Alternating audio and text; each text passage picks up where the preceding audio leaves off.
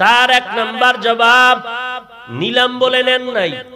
বলে রে বান্দা, তুই যে আজকে জান মালের বড়াই করতেছু, তোর ভেতর একটা রুহু আছে, ওই রুহুর পাওয়ারে তোর হাত নড়ে, ওই রুহুটার কারণে তোর জিহ্বা নড়ে, তোর শরীর বডিটা নড়ে, তোর সব কমন চলে। আল্লাহ বলেন ওই রুহুটা আমি তোরে এক সময় তোর কোনো অস্তিত্বই ছিল না, এক ফোঁটা নাপাক পানির থেকে আমি আল্লাহ তোমাকে বানিয়েছি, এরপরে আমি আল্লাহ তোমারে জান দিলাম।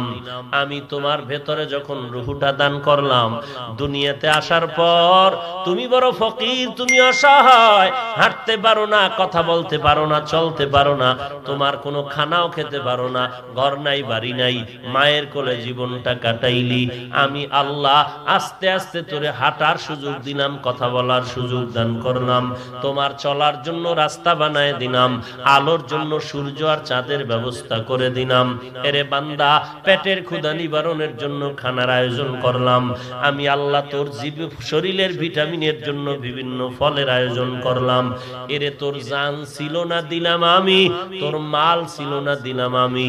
অতএব তোর কাছে যে জান আছে আর মাল আছে, এর মালিক তুই না, এর মালিক আমি আল্লাহ।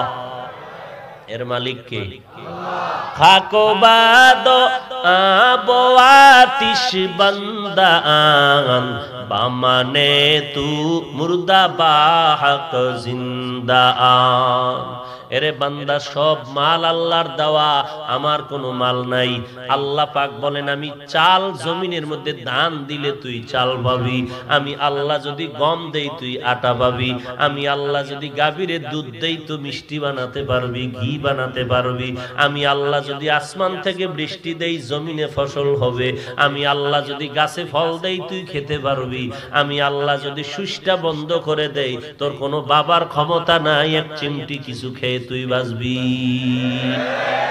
কাদের কুদরত দারি বর কামাল, আন্তা রব্বি আন্তা হাসবি যুল জালাল, তুহি কাদের জলিলুল্লাহ জাহাদার, বহর হালে তুহি মেরা নিগাহদার।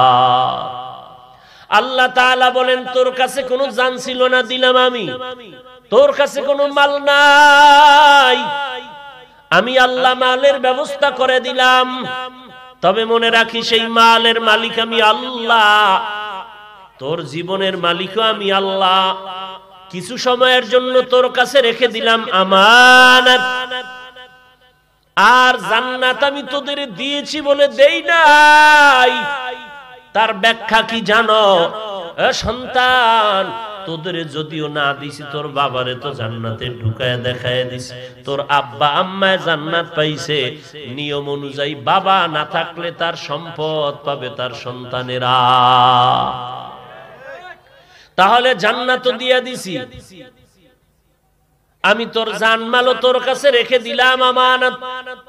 এখন তোর আব্বা আম্মা জান্নাতে নাই, ওই জান্নাত যদি আবার ফিরে পেতে চাও, তাহলে তোর সাথে আমার যে বেচা কিনা হয়েছে দুইটা শর্তের বিনিময়, এই শর্তগুলো যদি ঠিক রাখিয়া আমার দেওয়া জান, আমার দেওয়া মাল ব্যবহার করো, তাহলে সেই জান্নাত আবার ফিরায় দিব।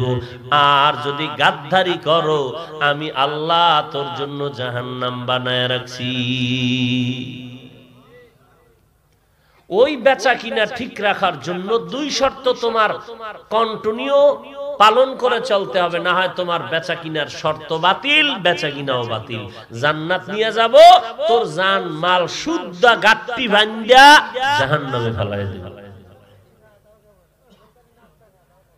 ওয়াইলুল লিকুল্লি হুমাযাতিল লুমাযাহ আল্লাযী জামাআ মালান ওয়া আদ্দাদাহ। ওয়াইল নামক জাহান্নাম যারা গীবত করে, মানুষের নামে অপবাদ দেয়, সারাটা দিন রাত শুধু মানুষের দোষ নিয়ে পড়ে থাকে, রাত নাই দিন নাই, পারলেই দুই কলম ফেসবুকের মধ্যে না লাগলে তার ঘুম হয় না। যখন দেখে চরমনায়ের বিরুদ্ধে 2 লাইন লেখা দরকার, ফট করে লেখে। যখন দেখে লেখার মধ্যে তার মজা লাগে না, তখন তাবলীগের বিরুদ্ধে লেখে। তাবলীগের বিরুদ্ধে লেখিয়াও যখন দেখে 2-3 দিন পরে মজা কমিয়ে গেছে, তখন হাটাজারির বিরুদ্ধে লেখে। ওইভাবে লিখতে লিখতে খটপড়িয়া দেখে যখন মজা পাওয়া যায় না, তখন সরকারের বিরুদ্ধেও লেখে। তখন বড় বড় এমপি সাহেবের বিরুদ্ধে লেখে, মন্ত্রী সাহেবের বিরুদ্ধে লেখে। এরে বেটা, পেছনে বৈশা বাদাম বিক্রেতার মতো চিল্লাইলে কি লাভ হবে? সামনে 2টা কথা বলবি, বাঘের বাচ্চার পরিচয় দিবি। ফেসবুকের তো বাপও নাই মাও নাই, এইটা চালাইয়া কি বাহাদুরি দেখাও? কিছুদিন চরমনাই নিয়ে খেলা করো, কিছুদিন তাবলিগ নিয়ে করো, কিছুদিন কওমি মাদ্রাসা নিয়ে, কিছুদিন হাটহাজারি নিয়ে। এই রকম করে করে করে করে তোর লেখাপড়া শেষ, মা বাবার বরদোয়া সমূলে আসতে থাকে। আর আল্লাহওয়ালাদের বিরুদ্ধে বলো, আল্লাহওয়ালাদের বরদোয়া কপালে লাগতে থাকে। কেন? আল্লাহওয়ালাদের বরদোয়া হাত তুলিয়ে করা লাগে না। কেন? আল্লাহ বুখারী শরীফের মধ্যে নবীকে জানায় দিলেন, মান আদালি ওয়ালিয়ান ফাকাদ আযানতুহু বিল হারব। ও নবী, উম্মতের জানায় দেন, যারা আমার ওলিদের সাথে বেয়াদবিমূলক আচরণ করবে, দুশমনি করবে, আমি আল্লাহ নিজেই তার সাথে যুদ্ধ করার জন্য রেডি হয়ে গেলাম। আল্লাহ আল্লাহরা কখনো বরদোয়া করে না। দেখছেন না ইমাম রে কি পরিমাণ বিসমিল্লাহ ছাড়া গালাগালি করে। সামনে পিছনে নামাজ পড়ে, বাইরে গিয়া ইমামের বিরুদ্ধে চায়ের দোকান গরম। যখন দেখা হয়েছে না ইমাম সাহেবের সাথে, ফাট করে দেখা হয়েছে, আসসালামু আলাইকুম হুজুর, ভালো আছেন? মুসিবতে আছে, একটু দোয়া চাই। দোয়া চাই তো কয় না, দোয়া কইরেন। যত বিনয়ী হবে মানুষ, আল্লাহ তাকে তত বেশি মহব্বত করবেন। ভাইরা আমার, অথচ এত কিছু করার পরে ইমাম সাহেব কারো জন্য বরদোয়া করে না। রাতের আধারে উঠিয়া কান্না করে, আল্লাহ তুমি সবাইরে মাফ করে দাও, এলাকায় শান্তি দান করো, অসুস্থ রোগী সুস্থ বানায় দাও, কবরের আযাব মাফ করে দাও, যারা ব্যবসা করে চাকরি করে কামাই রুজিতে বরকত বাড়ায় দাও। কখনো বরদোয়া করে না। এরপর দোয়া নিয়েও কিলাকিলি কেন? আমার বাবার নাম কম কইছে, দোয়া কম হইছে। আর একজনের নাম কইলো কেন? এরে নবীর উম্মতের দল, আল্লাহ বলেন আমি জান্নাত দিব মুমিনকে, কোন বেঈমানের জন্য জান্নাত নাই। জান্নাত কারা পাবে? মুমিনেরা পাবে। কোন বেঈমান জান্নাত কখনোই পাবে না। কিন্তু হাদিস শরীফে আল্লাহর নবী বলেন, দুনিয়াতে যত মানুষ এসেছিল, আসতেছে, আসবে কিয়ামত পর্যন্ত, সবার নামে নামে একটা জান্নাতে ঘর বরাদ্দ করা আছে। ঘুমাইতেছেন না? আমি বুঝি না, এই কেরানীগঞ্জের এই সেই ডাইলে মানুষগুলো একেবারে মনে হয় যেন কবরস্থান থেকে নতুন দুনিয়াতে উঠেছে। কোনো শীত নেই, গরম নাই, ঠান্ডা নাই, আওয়াজ নাই, না জোরে না আস্তে। বুঝতেছি না কি আপনাদের হালাল। আল্লাহ আমাকে হেদায়েত দান করেন। আপনাদের জন্য আর কি বলবো, কেন হেদায়েতের দোয়া করলো আবার কোন ঝামেলা। রিকশাওয়ালা উঠছে, হুজুর টানতেছে, হুজুর তো হুজুরের নামাই দিয়ে হুজুর দোয়া আছে, আল্লাহ তোমার হেদায়েত দিও, কয় আপনার বাপ মায়ের দিয়ে দিন। মনে করছে কোন বড় দোয়া জানি করছে, বুঝেন নাই? এখন দোয়া করতো মুশকিল, মুসিবতের শেষ নাই। আল্লাহ হেদায়েত দান করেন। কার জন্য আমিন কইছেন?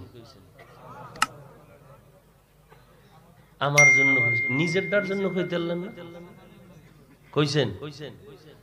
কইছেন নি?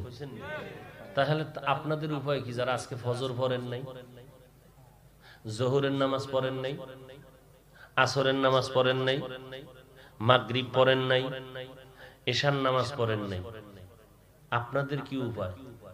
নিয়ত করছেন বয়ান কম হইলে আজকে সারাসারি হবে না, টাকা লাগে আরো বাড়ায় দেব, বয়ান হতে হবে, প্রয়োজনে ফজর মাইল। ওই বুঝলো আর না বুঝলো আর এক গজব।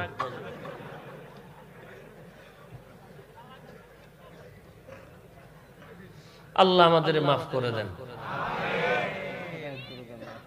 হায় হায় হায়, সারা রাত মোবাইল চালাই, এই শীতের ভিতরে ল্যাপের ভিতরে দেহে বাতি জ্বলা। ফজরের আজানের মোটামুটি আধা ঘন্টা আগে মোবাইল ফালাইয়া রেস্টে চলে গেল। ফজরের সময় কেউ ডাক দেয়, খবরদার রেস্টে আছে। আধা ঘন্টা আগে ঘুমাইছে, কাঁচা ঘুমে ডিস্টার্ব করা হারাম, কষ্ট দেওয়া কি হারাম। ঘুমাইছেন কষ্ট দেওয়া যেন, মাত্র ঘুমাইছে। হাসতে হাসতে আপনি যেদিকেই টানেন কপাল যে পুড়ে যাচ্ছে, এই কথাটা বালিশে মাথা লাগায়া বাতি নিবায়া যখন ঘুমাইতে যাবেন 1 মিনিট চিন্তা করবেন যে কপাল কি পোড়া পুড়ছেন আপনি নিজেরটা নিজে।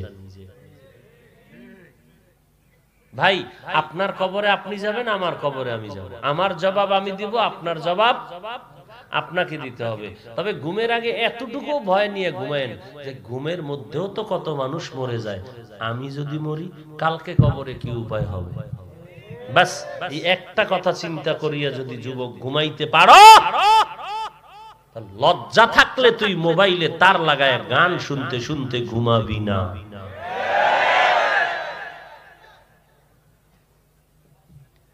ইন্নাল্লাযীনা আমানু ওয়া আমিলুস সালিহাত কানাত লাহুম জান্নাতুল ফিরদাউসি নুজুলা।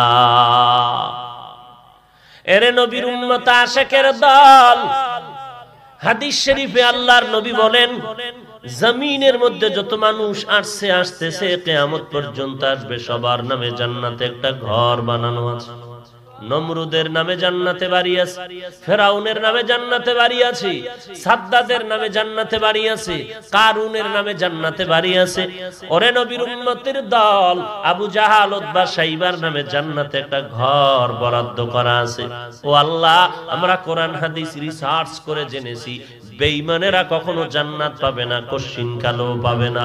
অতএব জানতে চাই ওই ফেরাউনের জান্নাত কি হবে, নমরুদের জান্নাত কি হবে, সাদ্দাদের জান্নাত কি হবে।